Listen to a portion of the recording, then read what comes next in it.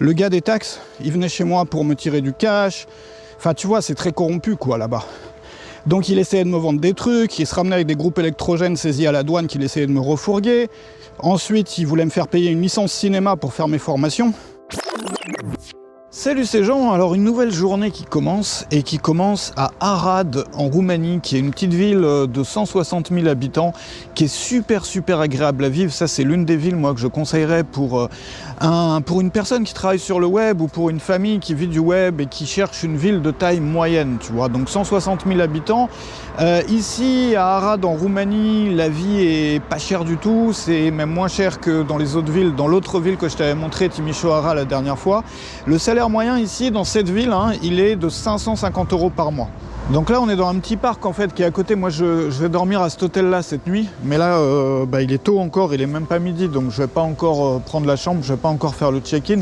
Donc je pensais, comme c'est le jour de Pâques aujourd'hui, tu vois les vidéos avec un peu de retard parce que le temps de faire le montage et tout, la Pâques orthodoxe qui n'est pas aux mêmes dates que la date de Pâques pour les catholiques et les protestants, donc c'est plus tard cette année.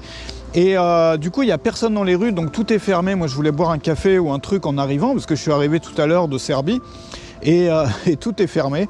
Même le truc de l'hôtel est fermé, ça ouvre à midi, fait le restaurant de l'hôtel. Donc du coup, comme il y a le temps, je vais faire une petite balade à côté de la rivière, là-bas, tu vas voir, c'est joli. Je t'avais amené déjà une fois dans une autre vidéo que j'avais faite. Alors tu sais quoi, on va monter par là, et puis on va passer... près de la rivière, là. On va peut-être pouvoir se poser un peu, puis je vais te raconter aujourd'hui mes expériences de vie à l'étranger, parce que moi j'ai vécu en Asie, j'ai vécu en Europe de l'Est, un peu partout. Où est-ce qu'on pourrait se poser pour ça? Tu sais quoi, on va marcher un peu par là, sur la berge là. Donc moi, si tu me connais pas, je m'appelle Jean Rivière, je fais du web depuis 2004 maintenant, donc ça commence à faire un bout de temps, et je suis formateur, donc je crée des formations, je crée aussi des vidéos, comme tu le vois. Et c'est un métier qui me permet de bouger, de voir autre chose, quoi, de vivre ailleurs, d'avoir plein d'aventures comme ça, de pas travailler dans un bureau mais de travailler ici, quoi. Donc si ça t'intéresse de faire le même métier que moi, d'apprendre ce métier-là, qui est un beau métier qui te permet d'avoir une vie différente, de ne pas être coincé dans un bureau ou dans une usine ou autre chose, mais de faire du monde ton bureau finalement. Regarde dans la description parce que je t'ai préparé un lien, donc c'est pour les formateurs, c'est pour les créateurs, c'est pour les gens qui veulent le devenir aussi, et je déballe tout, je balance tout et je te donne les ficelles du métier, ce que j'ai appris pendant toutes ces années d'expérience, les méthodes que j'utilise, ce que je pense de ceci ou de cela, les conseils. Regarde ça dans la description et on va se poser quelque part pour discuter un peu de toutes ces expériences, toutes ces années d'expérience d'expatriation. Alors on va se poser là, on va être bien là, tu vois, près de la rivière comme ça. Je voulais te parler dans cette vidéo un petit peu de... Attends, je vais m'installer quand même un peu confortablement. Voilà, pour te parler de mes expériences d'expatriation, d'un peu tout ce que j'ai fait, de ce que j'ai ressenti dans chaque endroit. Et pour moi, la Roumanie, ça a été la première aventure d'expatriation que j'ai eue dans ma vie. J'avais 24 ans, c'était en 2004. Donc pour moi, c'est simple à calculer parce que je suis né en 80. Et puis, ce qui s'était passé... c'est que j'avais déjà eu une expérience en Roumanie étant enfant. Parce que en 1991, donc 2 années après la révolution qui a mis fin au communisme ici en Roumanie, il y a eu un orchestre d'Oradea, la ville où j'habite aujourd'hui, un orchestre d'Oradea qui est venu jouer dans ma ville, en France, donc la ville de Rennes. Et avec l'école, l'école nous a proposé d'héberger un musicien. Donc il y a beaucoup de familles qui avaient leurs enfants à l'école, qui ont hébergé comme ça un musicien de Roumanie. Et le musicien ensuite a eu une correspondance face à sa famille, et la mienne si tu veux, par lettre. Et je suis même devenu correspondant avec leur fils à l'époque. Et du coup, tu sais, à l'époque, tu envoyais des lettres comme ça. Enfin, c'était pas les emails et tout. Et donc, du coup, ils nous ont invités chez eux. Et on y est allé en 91 et on est revenu en 1994. Donc, j'avais déjà vu la Roumanie, si tu veux. À l'époque, c'était un pays qui était très différent, qui sortait d'une période très difficile, qui était donc forcément beaucoup plus pauvre que maintenant, enfin très pauvre. Et aujourd'hui, tu vois bien que ça a changé largement. Mais déjà en 2004, c'était quand même autre chose par rapport à ce que c'est aujourd'hui. Mais moi, ça m'a pas fait peur de partir parce que j'étais déjà allé et je m'attendais pas à ça, tu vois. Et j'ai été étonné dans le bon sens. Alors à l'époque, moi, mon activité, c'était que je faisais des sites web pour des clients. Donc je créais des sites web et je vivais de ça, si tu veux. Et après, j'ai changé. Je me suis mis à créer plein de choses, des sites web pour moi, avec de l'affiliation, plein de choses comme ça. La création de contenu, c'est arrivé un peu plus tard. Mais la Roumanie, moi, ça m'a tout de suite plu parce que je me suis senti un peu, si tu veux, dans un autre monde, mais en même temps, tu as tes bases européennes. C'est-à-dire que quand tu es européen, bon, bah, y a des choses auxquelles tu es habitué. Et c'est vrai que si tu vas au fin fond du Nicaragua ou au fin fond du Cambodge, bon, bah, ces choses-là, elles vont te manquer au bout d'un moment. Donc c'est toujours plus facile finalement. C'est pour ça que l'Europe de l'Est, c'est sympa, parce que beaucoup des problèmes qu'il y a en France et que les gens essayent de, tu vois, voudraient éviter ou échapper à ces problèmes-là qu'ils ont à avoir en France, tu vois, que ça soit, je sais pas, pour les entrepreneurs, c'est quand même pas facile pour les petits entrepreneurs en France, tu vois. Beaucoup d'avantages pour les énormes boîtes, mais pour les petits, il n'y en a pas beaucoup, et au final, c'est dur. Il y a aussi ce sentiment de liberté, tu vois, moi que j'ai eu à l'époque ici, je me rappelle, dès que je suis arrivé, je me suis senti libre en fait. T'as l'impression de plus avoir le poids du... Les gens sont sympas, la langue, j'ai mis très peu de temps avant de la comprendre en fait, parce que tu la comprends déjà à l'écrit, si tu es français, tu peux repérer pas mal de mots parce que c'est une langue latine. Et bah moi je me suis toujours senti en sécurité ici en fait aussi. Beaucoup de gens se posent la question, je me suis toujours senti beaucoup plus en sécurité qu'en Europe de l'Ouest par exemple, en Europe de l'Est. Et puis bah, les gens sont, je sais pas, moi j'ai eu de super connexions ici avec les gens, aussi bien à la campagne qu'à la ville. Pour quelqu'un qui veut habiter à la campagne, c'est super ici parce que les gens sont vraiment adorables. Et c'est la campagne un peu, moi tu sais, ma maman elle était venue à la campagne me voir quand j'habitais dans un chalet en Transylvanie ici, parce que j'ai habité à Bucarest, la capitale, et j'ai habité à Brașov, donc dans les montagnes. Ensuite j'ai habité à Cluj-Napoca, qui est une ville en Transylvanie. Ensuite j'ai habité maintenant à Oradea, mais il y a un moment j'habitais aussi en Transylvanie, mais dans un chalet que j'ai retapé.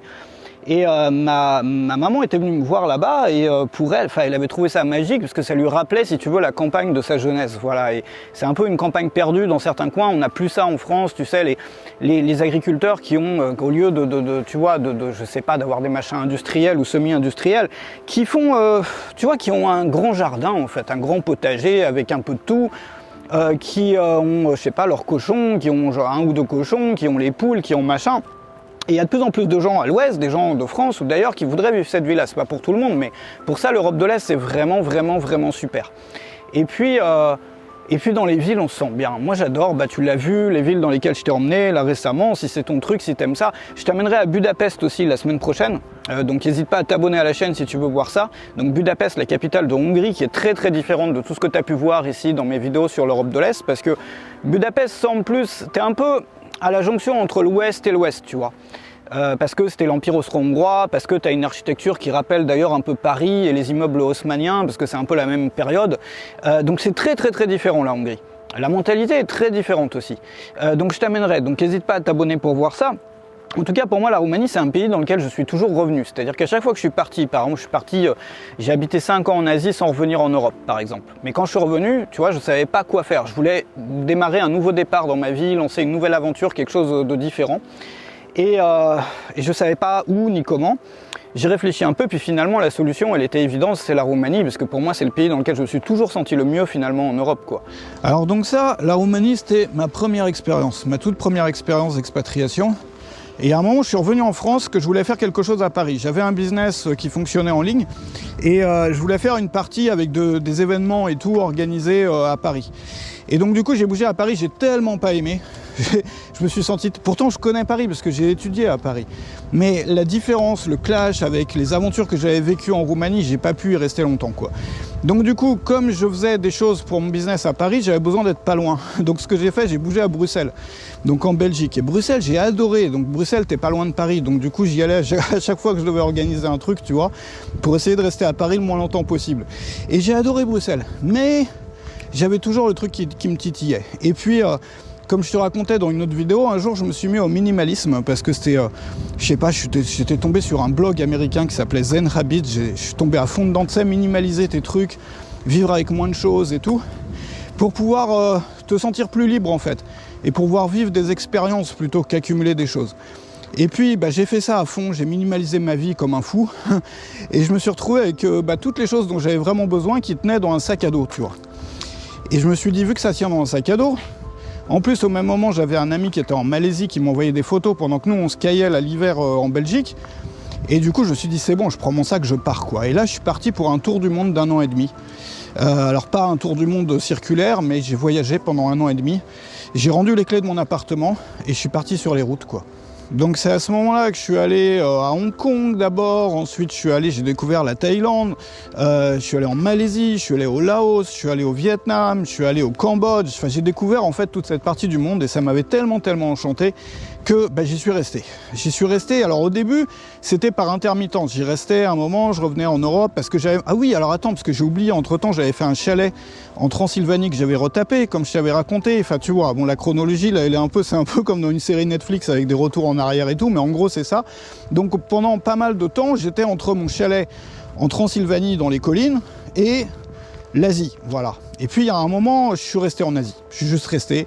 Pendant 5 ans, j'ai pas bougé. J'ai pris le visa élite là en Thaïlande. Ça, c'est le visa pour rester à long terme et tout. Bon, ça coûte un peu cher. Ça te revient à peu près à 300 et quelques euros par mois, mais il faut tout payer d'un coup. Donc du coup, vu que tu payes pour 5 ans, il faut te décider. Puis je me suis dit, c'est bon, je me décide. Et puis j'ai eu plein d'aventures là-bas. J'ai monté un bar même en Thaïlande. J'ai vécu pendant 1 an. Donc l'une de ces années en Thaïlande, j'ai vécu dans un hôtel 5 étoiles. Alors pour moi, c'était une grande nouveauté, ça, parce que moi, j'avais jamais vécu, comme tu l'imagines, dans des hôtels 5 étoiles et des machins comme ça. Bon, donc c'est rigolo, mais bon, ça m'a saoulé au bout d'un moment, parce que ce genre d'expérience, c'est rigolo. Mais moi, j'ai besoin un peu de toucher de la terre, de faire des trucs authentiques et tout. Enfin, de faire des... Voilà, tu vois, de vivre dans la vraie vie, quoi. Donc du coup, je suis parti au bord de la mer, j'ai monté un petit bar là-bas. Ensuite, ça m'a saoulé, donc j'ai refilé le bar à... un ami là qui tient le truc, enfin qui a tenu le truc après, et qui était le manager, enfin bon c'est toute une histoire. Et je suis parti au Cambodge. Je suis parti au Cambodge pour partir au Cambodge, voir autre chose. Voilà, parce que, je sais pas, il y a un côté au Cambodge que j'adore, moi, les gens sont tellement adorables. Par contre, c'est plus difficile, parce que, tu vois, c'est quand même un pays qui est... c'est pour un expat, moi, encore une fois, je conseille pas comme première expérience, mais si tu veux quelque chose où les gens sont adorables, où, tu vois, t'as un côté vraiment... Enfin, mais c'est juste magique, j'ai pas de mots pour le décrire, faut que tu y ailles une fois en vacances au moins pour aller voir. C'est magique, voilà, et j'adore tout là-bas, voilà. C'est juste, il y a des difficultés un peu. Donc, la grande erreur que j'ai faite au Cambodge, c'est d'avoir mis, parce que j'ai eu plusieurs sociétés, mais d'avoir mis ma société au Cambodge. Payer mes impôts au Cambodge, parce que, tu vois, c'est un pays qui n'est pas très riche, et je me disais, tu vois, comme j'habite là, tout ça, autant faire les choses bien, et puis monter ma boîte là, puis j'ai eu des problèmes, parce que le gars des taxes, il venait chez moi pour me tirer du cash, enfin, tu vois, c'est très corrompu, quoi, là-bas. Donc il essayait de me vendre des trucs, il se ramenait avec des groupes électrogènes saisis à la douane qu'il essayait de me refourguer. Ensuite, il voulait me faire payer une licence cinéma pour faire mes formations. Donc une licence cinéma, tu vois, parce que c'était de la vidéo. Et donc du coup, licence cinéma, ça veut dire quoi? Il faut déposer le script au ministère de la Culture, le script de ton film, entre guillemets, pour la censure, tu vois, pour qu'ils censurent les trucs qu'ils aiment pas. Enfin bref, tu vois, le truc impossible. Mais pourquoi? Parce que le gars, il voulait de l'argent, quoi, voilà. Donc au bout d'un moment, j'ai envoyé une avocate de la capitale pour gérer ça avec lui, pour qu'il se détende, tu vois, enfin pour qu'on puisse bosser, enfin pour qu'il arrête de venir chez moi et tout. Et l'avocate, je l'ai payé $750, je crois, ou 790, 750 je crois, à chaque aller-retour. Hein. C'était une avocate, c'était pas n'importe qui, quelqu'un qui a un doctorat en France ou en Belgique, je sais plus, de droit, qui a été avocate en Suisse, en France, enfin tu vois, c'est pas n'importe qui. Et qui n'a pas réussi à faire face à cette personne, quoi. Voilà. Donc moi, ça m'a saoulé, parce que j'ai voulu faire les choses bien, et je me suis retrouvé, bon, comme c'est souvent le cas, voilà. Ça, c'était mon erreur, ça, c'est, tu vois, il y a des pays dans lesquels c'est moins structuré, tout ce qui est au niveau de l'État et tout, dans lequel il vaut mieux être léger, tu vois, pas trop s'implanter avec des contrats, des trucs, des machins, bon, bref, peu importe. Mais j'ai adoré mon expérience, j'ai eu l'occasion de construire une maison en bois, là-bas. C'était des années magiques. Et puis, bon, au bout d'un moment, j'avais fait un peu le tour, parce que moi, j'aime bien avoir des nouvelles saisons dans ma vie de temps en temps. Et je suis rentré en Europe et on est reparti à la case départ en Roumanie, voilà.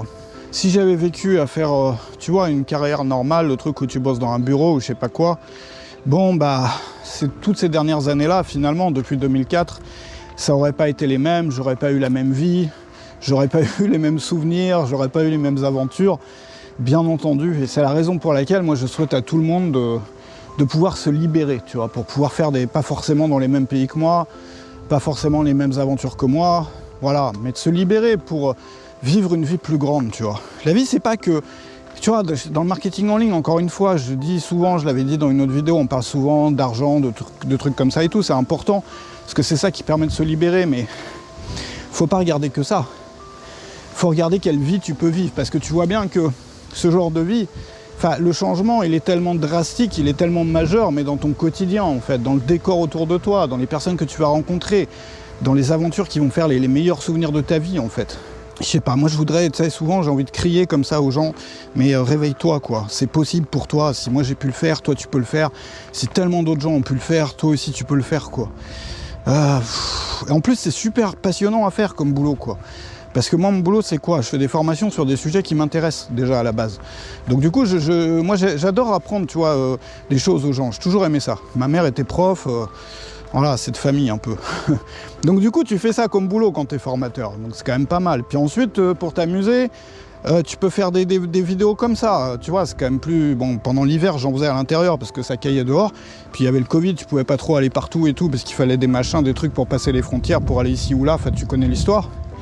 Mais bon, on est quand même mieux que dans un bureau. Voilà, donc en fait, tu t'amuses, c'est ça. Je te dis pas qu'il n'y a pas des parties dans ce métier qui sont relous de temps en temps, parce qu'il y a des trucs, t'as pas envie de... Tu vois, quand t'es mal réveillé le matin, t'as pas envie de faire ça. Parfois, tu perds un peu le moral ou je sais pas quoi, ce qui est normal sur une vie, sur une carrière, tu vois. Mais bon, quand tu regardes toutes ces années en arrière, tu te dis, pouh, j'ai fait le bon choix, quoi. Et moi, c'est ça que je voudrais... je sais pas, crier sur les toits aux gens de réveillez-vous, c'est possible à faire, quoi. Voilà. Donc je voulais te dire ça aujourd'hui, de faire découvrir un peu Arad. Là on est dans un parc un peu en périphérie, on n'est plus dans le centre-ville du coup, parce qu'on a marché un peu comme tu l'as vu. Mais regarde ce que je t'ai mis dans la description. Je balance tout, ça s'appelle. Si tu veux apprendre les ficelles du métier, avoir des conseils d'une personne qui fait ça déjà depuis ce métier-là, exactement, cette activité depuis 11 années, puis... bosser sur le web depuis 2004, il y a des choses à apprendre forcément. Donc regarde ça et n'hésite pas à t'abonner à la chaîne aussi parce que la prochaine fois on sera à Budapest et ça c'est une ville qui peut vraiment t'intéresser en Hongrie. Je sais que c'est une ville qui fascine beaucoup de gens là, qui veulent bosser sur le web ou qui bossent déjà sur le web. Donc abonne-toi à la chaîne et je voudrais juste te remercier d'être là parce que ça me fait plaisir. J'ai l'impression de ne pas me balader tout seul mais de me balader avec toi, avec tous les gens qui sont là. Tu vois, c'est l'un des plaisirs aussi de ce métier-là. Et du coup, je vais essayer de trouver un truc à grignoter. Et puis, finir ma journée tranquille ici. Merci d'avoir été là. 2 vidéos qui s'affichent, là, si tu les avais loupées, normalement, qui sont proposées par YouTube. N'hésite pas à voir. Et je te retrouve dans la description. Salut chez toi.